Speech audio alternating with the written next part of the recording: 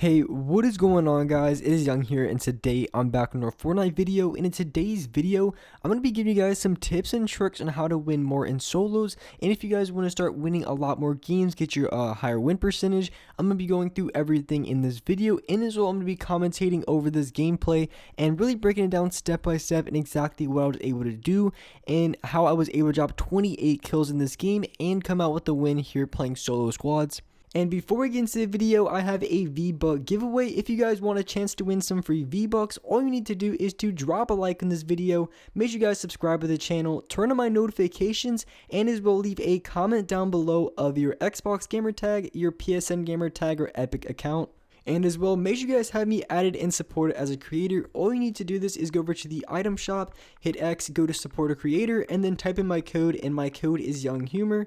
And once you type that in, all you have to do is accept it, and you will have me added and supported as a creator. And just remember that every 2 weeks the code resets. You're gonna have to retype in Young Humor every 2 weeks. And lastly, I'm starting up my Twitch channel, so if you guys want to see some live gameplays, I'm gonna go for a lot of solo squads, high 20 kill gameplays. And if you guys want to see those type of gameplays, make sure you guys follow me on Twitch. It's going to be Young Humor TTV. So make sure you guys follow me if you guys would like to see that. And alright guys, let's get right to the video.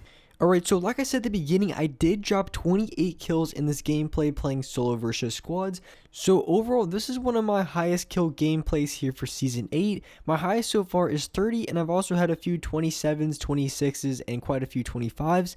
But 28 is definitely a high number for me, and I was able to drop that here in this gameplay. So I'm going to be talking through this gameplay and breaking it down step by step and exactly what I was doing going into each fight. Because I really have given a lot of general tips, but I kind of want to break it down step by step on exactly what I've done in my gunfights that allow me to outplay the other players that I was going against, because every single game that you're going into, you're going to get to a lot of situations where you want to play it differently. So I'm going to be covering exactly what I did in those fights. So here starting out, I already have 7 kills here in Tilted, and as you can see, I'm going against a player who obviously is a pretty sweaty player. He was going for a few edits and a few ramp rushes, so I got this player low. I was trying to shoot him out, and he ends up running away with a launch pad over to Trump Tower. So since he's weak, I said screw it, I'm going to go for the challenge on him, even though I knew there was going to be people to my right, and I ended up getting a finish on this player. And so immediately after, you're going to see, so I kill that player and then his loot falls down, but I kind of cut a little bit, but instead I knew the other players were going to be rushing over quickly, so I really didn't spend too much time at all trying to grab that player's loot. Instead, what I did is immediately went up to the top of Trump. That reason is because the other players, they're going to be rotating over. If I was stuck on low ground still grabbing that guy's loot, the other players are rotating over from the launch pad. They would have had high ground on me and would have had an advantage in that fight. It would have been more difficult for me to win in that fight because I would have been starting from low ground, but instead I went immediately for high ground and I was able to get a few tags on them as they're rotating over. And as well, as soon as they land, I already have high ground in that fight. So in a situation like that, even if I needed that guy's mats or whatever the case may be, either I had two options there. Either I wanted to go or grab his loot and then go on the Trump and have the other team push me, or kind of just forget about the loot and immediately try to go for high ground, try to get shots on the other players coming up. So that's why it's kind of difficult to give some really good tips when it comes to different situations in Fortnite, because it really is different. And even if I'm on low ground and maybe I don't have the most amount of mats possible, I have to decide whether I have enough mats to challenge that fight or not. And I decided I had enough mats to challenge, so I ended up going for that challenge either way. And it's really situational, and it's really based off how your fight and your playstyle, because some of you guys are going to need a lot more mats in your fights than I do, and there's going to be some people who need a lot less mats in a fight than I do. So it kind of goes both ways. So it's definitely based off playstyle on how you get a lot more wins in Fortnite, and you have to play if your playstyle accordingly, because if you're a player who likes to play a lot more aggressive, you're not going to need as many mats from a player who might play a little bit more passively, likes to build a lot more, because those kind of players are going to need a lot more mats in their fight. So that you don't want to be challenging gunfights if you know you're that type of player if you don't have a high mat count, because then you're going to be running out of mats very quickly, and it's going to be very difficult for you to win fights. But a player like myself who plays really aggressive and challenges everyone, I really don't have to spend too much time farming up or getting any sort of mats, because I know even if I have low mats, as soon as I get the kill on that player, I can grab their mats and pretty much max it out, depending on how late in the game. If it's early game, I know I could probably get 100 to 150 off that player in the beginning. But if it's towards like the mid game or late game when I'm going for a challenge on another player, most of the time I'm going to be getting 300 to 400, even a lot more mats than that per kill. So I don't have to worry about trying to loot or anything. So even if I am low on mats, I know the second I'm able to pick off the other player, I'm going to be getting their mats. So even if I'm fighting a full team with low mats, I know the second I'm able to pick off one player and get their loot, which most of the time I try to do that as quick as possible. I know as soon as I'm able to get that, then I'm going to have a refresh on my mat count, and a lot of times that's going to be more than enough to finish out the entire fight. So just getting that one knock initially is going to play a huge role and a huge advantage to actually winning in that gunfight. And here I'm going to be fighting the last player in that squad, and I'm going to have a pretty good advantage because I have a good mat count, good ammo count, good everything's good, and as well I knocked the rest of his team. So winning a 1v1 gunfight for me is pretty easy in this game, and the only time I really have a lot of difficulty if I'm going up against 2, 3, or even 4 players. So in a situation like that where it's only a 1v1, most of the time I can outbuild the other player and make for a pretty good play and hit for a lot of damage, and that's exactly what I did in that situation, and I was able to win the gunfight pretty easily. So when I was rotating over, I was going to be looking for a rift, and as I was coming over, I got shot in the back from another team over here. And so I'm going to be pushing this team as best as I can. So as I'm rotating over, I notice that the players are going to be just over this hill.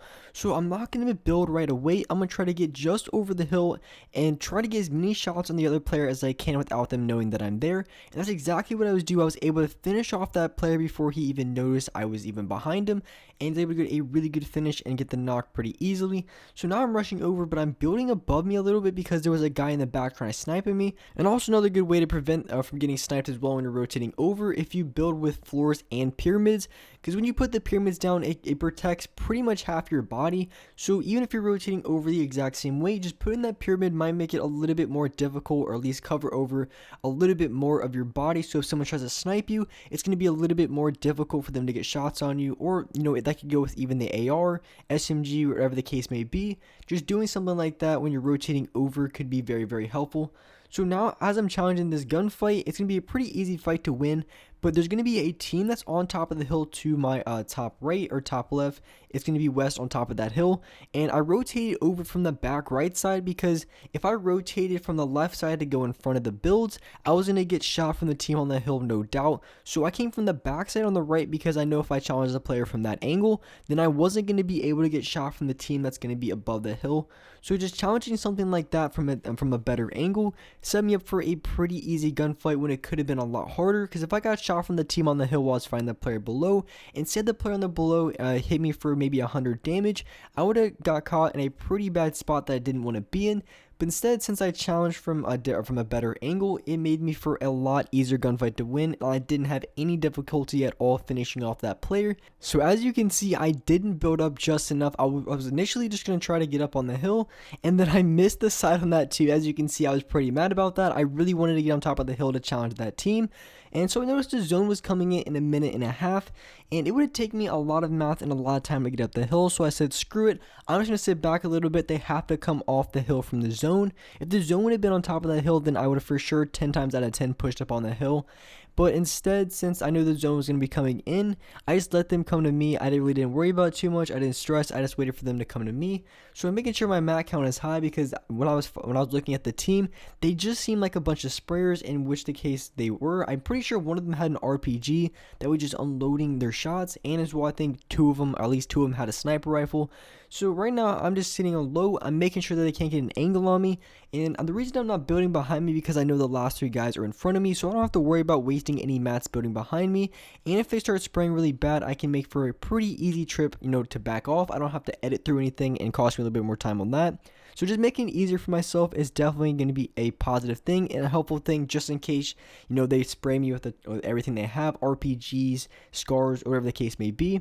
So I'm going to go for a hard push on this player, and the reason why I'm pushing this guy so hard is because the rest of his teammates are going to be over on the hill. So I want to make for the quickest push on this guy possible, because his teammates are going to be nowhere nearby, and so it's pretty much just going to be a 1v1 gunfight, which is going to be the easiest to win. Like I said earlier, it's a lot easier to win those 1v1 1v1 gunfights than having to build fight 2 or 3 players watching all of your angles. So just challenging something like that make it very, very easy. I get the knock on the second player, and I'm going to be able to absolutely laser the third guy as he's building up. And as you can see, I'm going to be able to win this game with 28 kills. So a pretty good gameplay for a 28 kill solo squad. And with that being said, that's wrap up for this video. Hope you guys enjoyed this video. Hope you guys liked it. And if you could, drop a like on this video. Make sure you guys subscribe to the channel if you haven't already. Turn on my notifications to be notified for every single new video. And alright guys, I'll see you next video.